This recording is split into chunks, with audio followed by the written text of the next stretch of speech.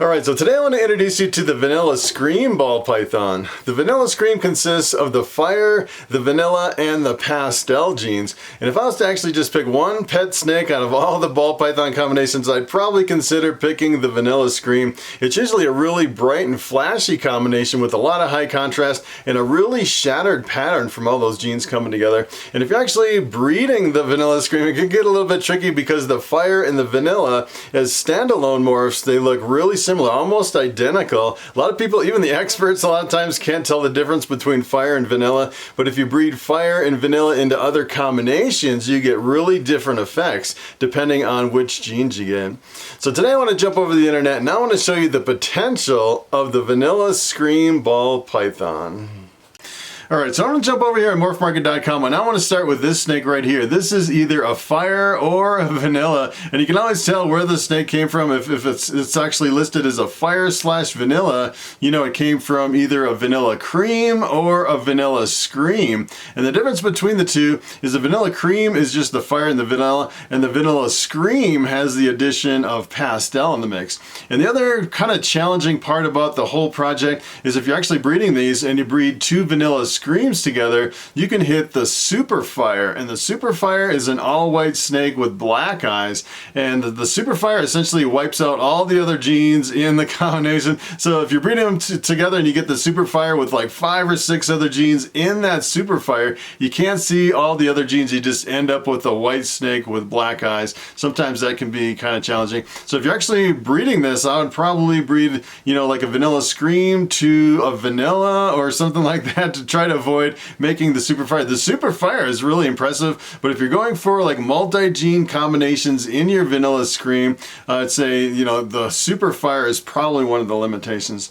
So if you actually take the Vanilla and you breed it to a Fire, 25% of the time, this is what you get. You get a Vanilla Cream, and the Vanilla Cream is essentially the Vanilla Scream without the addition of Pastel. And just look what it does to the pattern on the snake. It's pretty amazing. You can take two snakes that look almost normal, it's like almost like a creamy colored normal, and then you actually cross them together and you get this really crazy pattern, and it's pretty interesting. Some of the combinations with the Vanilla Creams and the Vanilla Screams, it really jumbles up the pattern. As a matter of fact, I'd say it's a really unique visual appearance. I haven't really seen any other combinations that look like the Vanilla Screams. As a matter of fact, I was actually working on a video, it was like 5 weeks ago or something like that, and I made this combination that we were talking about. I can't even remember what it was, but it was like 5 or 6 genes all together, and it looked exactly like a Vanilla Scream, and that's the only time I've ever seen anything even come close to the visual appearance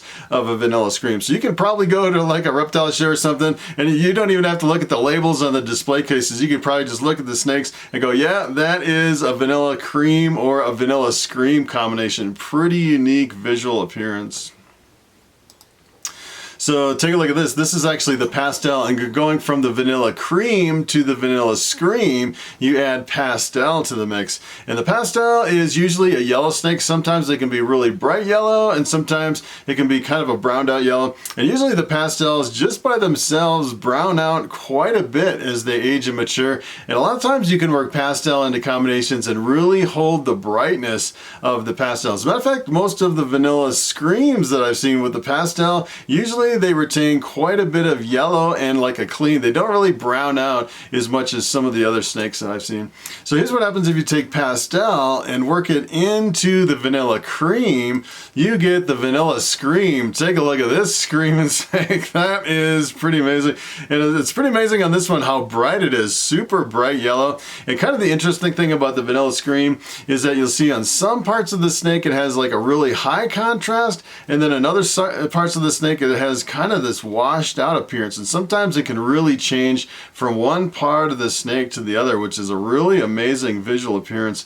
And another thing with the Vanilla Screams is a lot of times you'll have kind of a really washed out head on top of the head, and the Vanilla Creams without the Pastel kind of have a bald head on top of the head, but it's not quite as washed out with the addition of Pastel. It seems like the Pastel really washes it out a little bit more. So take a look at this one. This is actually listed as a super scream. I came over here and I was kind of scratching my head. I was like, what is going on? I don't think these jeans are listed right on this ad. This is kind of throwing me off. The super scream generally is the addition of another copy of Pastel. So this should be the Super Pastel Vanilla Fire. And take a look at this. What it does, 2 copies of Pastel really fades out the Vanilla Scream. Pretty amazing what a difference just another copy of Pastel does. And I'd say usually with the Super Pastels and a lot of combinations, usually it completely washes it out. And, you know, at first glance, you're like, you know, as far as, you know, like a pet snake, you might not see that as so impressive as a pet snake. But keep in mind, if you breed this to something else, everything comes out as pastel. So as a breeder, this is really powerful, using 2 copies of the Pastel and breeding it into something else. So everything you breed this to, as a matter of fact, if you actually took the Super Scream and you bred it to like a vanilla, all of the vanilla fire combinations would all be vanilla screams, because they'd all get 1 copy of the Pastel, which would be pretty awesome. So here is the spider. When you mix spider into the Vanilla Scream, you get a really interesting visual appearance. The spider essentially gets its name from the spider web pattern that comes right down the top of the snake. And the spider can be a really bright gold snake, pretty awesome. And a lot of times the spider will also have kind of the calico color coming up, you know, the kind of the white coming up the sides of the snake. And a lot of times the spider will also have this crazy head stamp on top of the head. Here's what happens if you take spider and you work it into the Vanilla Scream. Take a look at this snake. This is pretty amazing. As a matter of fact, this is probably, I'd say this is probably the highest white vanilla cream bumblebee that I've seen over here at Morphmarket. Usually there's a lot more pattern than this, and it's kind of weird with this working the spider into the Vanilla Cream or the Vanilla Scream. Essentially what it does is doesn't matter which combination you mix it into, it really just kind of jumbles up the spider where you can't even tell spiders in the mix, which is kind of an interesting effect. And on this one, you can definitely see, you know, just a little bit of pattern around the top. As a matter of fact, if someone handed me that snake, I don't know if I could tell that spider was in the mix. It's a pretty amazing combination. So this is actually the Vanilla Cream Bumblebee. And keep in mind, the Bumblebee is the combination of the spider and the Pastel. So this is the Spider Vanilla Cream. So here is the Pinstripe. The Pinstripe's one of my favorite standalone morphs. It's actually one of the brightest gold snakes. Some of these can look really bright gold and metallic. It's just, especially when they're hatchlings, it's pretty amazing. Usually this Pinstripe has a really strong stripe right down the back of the snake. And here's what happens if you work Pinstripe into the Vanilla Scream. Take a look at this. You're like, hey, what happened to my Vanilla Scream? You get, essentially what's happening, you're getting a Lemon Blast Vanilla Cream. And it's kind of interesting, the whole idea of visual dominance when it comes to certain genes. If you actually look at the genes on this one, what's really kind of dominating the visual appearance here is the combination of the Pastel and the Pinstripe, which is the Lemon Blast. So the Lemon Blast usually dominates most of your combinations when you have the addition of Pastel and Pinstripe in the mix, and then the Vanilla and Fire are just kind of mixed into the background. Really makes for an interesting effect. Usually the Lemon Blasts have a really shattered pattern, and the Fire usually really brightens it a lot more. You can definitely tell the Fire and the Vanilla kind of brighten it, and I think the combination of the Fire and the Vanilla is really shattering the pattern even more and kind of fading out the head too. Pretty amazing combination. So here is the Orange Dream, and the Orange Dream can be a little bit tricky. If you actually look at the Orange Dream just as a standalone gene, a lot of times it can kind of trick you into thinking maybe there's some enchi in there. Sometimes it can really reduce the pattern, and sometimes the Orange Dream has almost pied markers, like het pied markers on the belly of the snake. As a matter of fact, you can almost see them on this one, just little tiny lines on either side of the belly. Usually if it's het for pied, I'd say maybe 25-30% of the time you'll actually see those pied markers. It's not always a guarantee, but usually if you see lines on either side of the belly, usually maybe just a little bit up the tail on the other side of the belly, that's a pretty good indication that your snake is het pied. And on the Orange Dream, it has those markers usually all the way up the entire belly of the snake. It almost looks like het pied markers, which is kind of an interesting characteristic of the Orange Dream. And usually the Orange Dream, when you work it into a lot of other combos, it really brightens and enhances a lot of combinations. If you actually make the super orange dream with 2 copies, you get some really bright, flashy snakes. Probably the brightest, flashiest snakes that you can make with a super orange dream. So here's what happens if you work orange dream into the orange scream. This is what you get. You get the scream orange dream. Take a look at this crazy snake. That is pretty amazing. That's probably one of my favorite combinations of, you know, working any gene into the vanilla scream. That is pretty amazing. Matter of fact, I was wondering the price on this. This actually sold for $750. Pretty amazing combination. And usually when you work orange dream in with the fire and the pastel, usually it really cleans it up and brings out a lot of brightness. I think that is where most of that impressive color is coming from. So here is the banana. The banana is a really visually dominant gene. As a matter of fact, probably the only thing that really trumps the banana is maybe the albino. The albino, you mix anything with albino and you end up with an albino looking snake with kind of a scrambled up pattern. And the banana is a little bit more forgiving, and usually you can make some really impressive combinations with the banana, working it into other combinations. So here's what happens if you take the banana and you work it into the vanilla scream. Take a look at this. This is pretty unexpected that the banana almost dominates the vanilla scream to where you can't even hardly see the vanilla scream is in the mix. Pretty amazing combination. You can definitely tell from the faded out head that that is a vanilla scream, but I was kind of surprised on this one that it didn't really have more of a scrambled up pattern from the combination of the fire and the vanilla. Pretty amazing. So here is the leopard, and I say the leopard is probably the king of combos when it comes to a dominant mutation.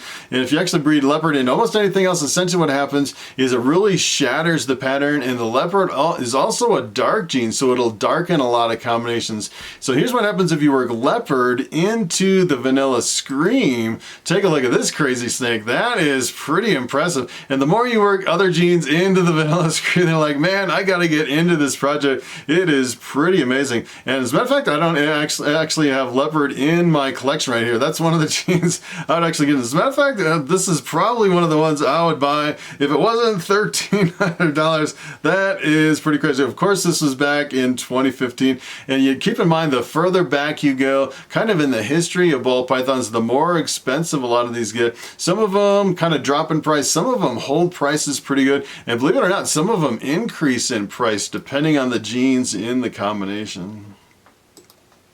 So here's the last one I wanted to show you. I kind of stumbled on this just right at the end. This is an Azathic, and if you work Azathic into the vanilla scream, it's pretty amazing. The Azathic is a recessive gene, so it's a little bit harder to hit. You actually have to have 2 copies of the Azathic to work it into a visual Azathic. So essentially what the Azathic does is it strips all the color from the snake, and you end up with kind of like a black and white and silver looking snake. Strips out all the color. And one of the things you have to keep in mind with the Azathics is there's several lines of Azathics that are not compatible. So for example, you could take the SK Azathic, breed it to a VPI Azathic, which a lot of times they look exactly the same. You breed them together, you get all normal looking snakes that are double hets for each line of Azathics. And a lot of people say you probably shouldn't breed them together because if you start working with those double hets and produce visual Azathics, you don't know which line of Azathic it's from the SK line